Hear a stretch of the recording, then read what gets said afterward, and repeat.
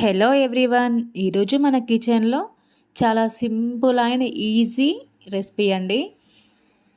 శనగల తాలింపు. ఇంట్లో పండగలకి కానీ, దసరా, వినాయక చవితి, వరలక్ష్మి వ్రతం ఇలా పూజలలో కానీ లేక గుళ్ళో ప్రసాదంగా కానీ ఈ శనగల తాలింపుని ప్రసాదంగా పెడతారు. మరి ఇది ఎలా తయారు చేసుకోవాలో చూపించబోతున్నాను. 1 కప్పు శనగలు తీసుకొని ఒక నైట్ అంతా నానబెట్టుకున్నాను.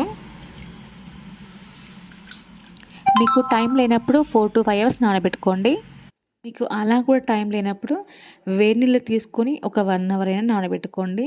తర్వాత తీసుకొని కుక్కర్లో వేసుకోవాలి. 1 కప్పుకి 2 కప్పుల వాటర్ పోసుకొని మూత పెట్టేసుకొని స్టవ్ మీద ఉడికించుకోవాలి. 1 కానీ 2 కానీ విజిల్స్ వచ్చేంత వరకు ఉడికించుకోండి. తర్వాత కడాయి పెట్టుకొని అందులో కొద్దిగా ఆయిల్ వేసుకోవాలి. తర్వాత ఆయిల్ హీట్ అయిన తర్వాత పోపు దినుసులు వేసుకోవాలి. తర్వాత ఆనియన్ వేసుకోవాలి. తర్వాత పచ్చిమిర్చి వేసుకోవాలి. అన్నిటిని బాగా కలుపుకోవాలి. అన్నీ బాగా గోలిన తర్వాత 1-2 ఎండుమిర్చులు పోపుకు వేసుకోవాలి. ఈ ఎండుమిర్చిని బాగా గొల్చుకోవాలి.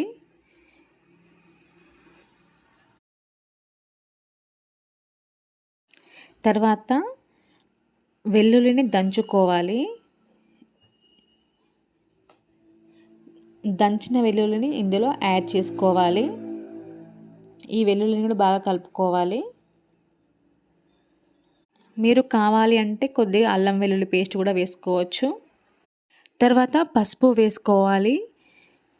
పసుపు అంతా కలిసేలాగా బాగా కలుపుకోవాలి. తర్వాత టేస్ట్కి సరిపడంత సాల్ట్ వేసుకోవాలి.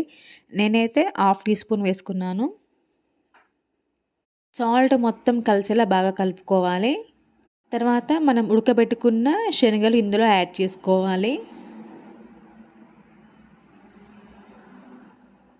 మీకు కొంచెం స్పైసీగా కావాలి అనుకుంటే 1/2 టీ స్పూన్ కారం కూడా వేసుకోవచ్చు.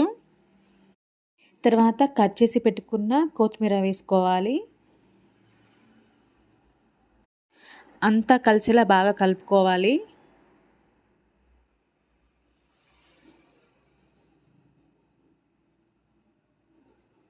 ఒక 5 మినిట్స్ ఇలా ఉడికించి తర్వాత స్టవ్ ఆఫ్ చేసుకోవాలి. అంతేనండి, చాలా ఈజీగా ఈ శనగల తాలింపు చేసుకోవచ్చు. మీకు ఇలా తాలింపు చేసుకోవడం ఇష్టం లేకపోతే